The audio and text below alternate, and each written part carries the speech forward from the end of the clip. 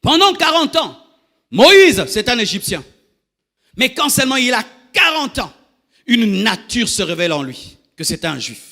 Donc, sous l'habit égyptien se cachait le sang juif. Et un jour, le sang juif a crié malgré les vêtements égyptiens. Et le libérateur se manifestait, le prophète se manifestait. Le temps finit par révéler le prophète, finit par révéler le prophète, le libérateur. Frères, sœurs, si au-dedans de toi, tu sens que c'est le temps du changement, tu sens que c'est le temps de la manifestation de ta grâce, la manifestation de ton potentiel, l'entrée dans une nouvelle saison, même si tu es habillé en égyptien, agis comme un hébreu. Lorsque tu sens que c'est le temps où la chose que Dieu a déposée en toi doit exploser, même si ton environnement est contre elle, manifeste-la, le buisson ardent apparaîtra. Il y a un temps où le sang juif doit crier en chaque Moïse. Il y a un temps où l'appel crie en chaque appelé. Certains, tu es en train d'étudier, puis l'appel se manifeste. Tu es en train de travailler, de gérer une entreprise, l'appel se manifeste. Tu es en train de pécher, l'appel se manifeste.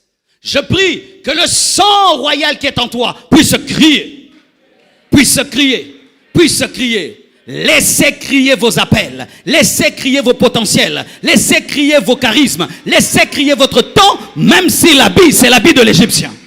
Même si l'habit, c'est l'habit de l'Égyptien, le son est supérieur aux vêtements. Le son est supérieur aux vêtements. Moïse devenu grand. Entrant dans son temps, il devint ce qu'il devait devenir. Il refusa l'apparence princière parce que lui était prophète. Il y a des temps, mon frère, tu vis comme dans la distraction.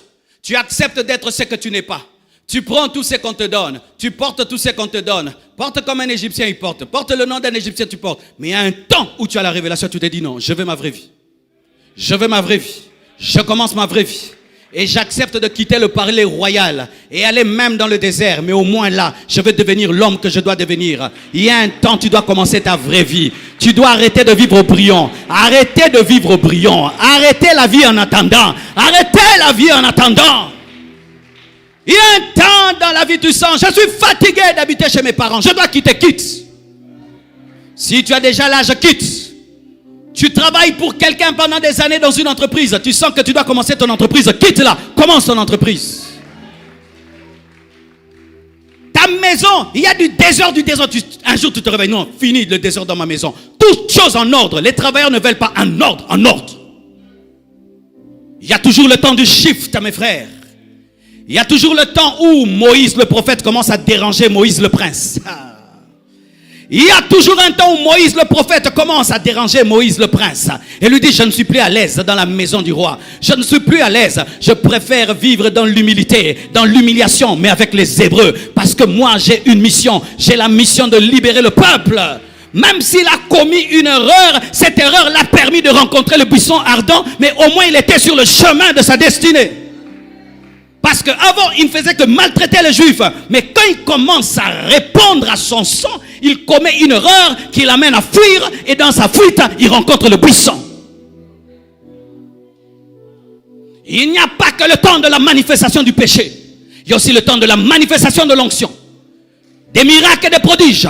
Du véritable toi. De la même manière que le péché lutte contre ta nouvelle nature pour se manifester, tu dois aussi permettre à ta nouvelle nature de lutter contre le péché pour se manifester. Ou tu vas lire le cahier de tes prophéties. Quand tu lis, tu sens, c'est maintenant. Tu dis, c'est maintenant. Moi, Dieu m'a dit, c'est le temps maintenant des stades. Même si vous aimez ces 4 murs, je vous amènerai dans des stades. Que tu aimes, que tu n'aimes pas, j'irai là-bas. Que ça coûte cher ou pas, j'irai là-bas. Pourquoi? Le sang est en train de crier. Le sang des croisades est en train de crier. Le sang des stades est en train de crier. Le sang des miracles est en train de crier. Le sang de l'apôtre est en train de crier. Même si tu m'as connu pasteur, tu m'as connu dans les 4 murs, tu ne me verras plus toujours dans les 4 murs. Pourquoi? Je dois sortir dehors. Et le consomme besoin ganga. Et au senga espace. Tu élèves un éléphant dans ta maison. Quand c'est un éléphanto, tu peux le garder dans ta maison. Quand il mange, il mange, il mange. Oh, il commence à cogner la toiture. Il commence à casser les verres. Il commence à casser. Tu te rends compte, il faut le libérer. Il faut le laisser maintenant aller dans la savane. Et il y a un temps où tu ressens que le palais royal ne suffit pas. Il te faut diriger un peuple d'1 million de personnes, de 2 millions de personnes. Oui, maintenant tu sens que tu as l'appel au miracle, l'appel au prodige. Même si l'église est habituée à la prédication, toi tu opères dans les miracles. Ils n'aiment pas écouter les témoignages. Ils vont écouter les témoignages. Pourquoi? C'est une nouvelle saison. Ne demande pas aux Égyptiens de quitter le palais royal, ils ne vont jamais te le donner.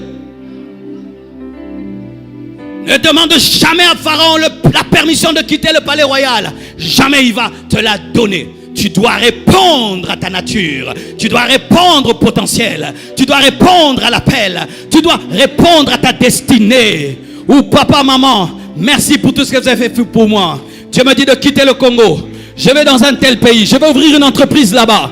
Je sens que là-bas, je vais être un multimillionnaire. Ici au Congo, ça ne va pas arriver. Où tu es en Europe, tu dis Paris, au revoir, je rentre au Congo. Je sens que moi, c'est au Congo. Certains, vous devez rentrer au Congo. Vous devez rentrer au Congo. Vous devez rentrer au Congo.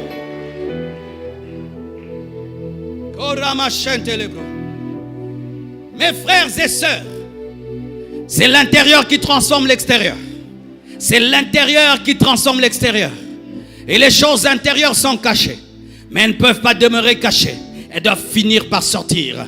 Un jour, je disais à Dieu, toi-même tu as dit qu'on n'allume pas une lampe pour la mettre sous la table. Mais comment tu mets toutes ces choses dans ma vie? Tu me donnes toutes ces prédications pour que c'est moi je les prêche dans ces 4 murs. Mais moi, si j'étais Dieu, je n'allais pas faire ça. Je voulais donner un conseil à Dieu pour dire, mais mets la lampe là sur la table. Et Dieu, un jour, il a mis la lampe sur la table. Et il est en train de mettre davantage la lampe sur la table. Compassion, le temps de faire des veillées de prière ici, c'est fini. Fin de l'année, on doit sortir. On ne peut plus faire des veillées ici. Fin de l'année, on doit sortir. Nous devons maintenant sortir. Nous devons sortir dehors. On a fait trop de veillées ici. Des veillées dans les stades. Des veillées dans les stades. Compassion. Veillées de fin de l'année dans les stades.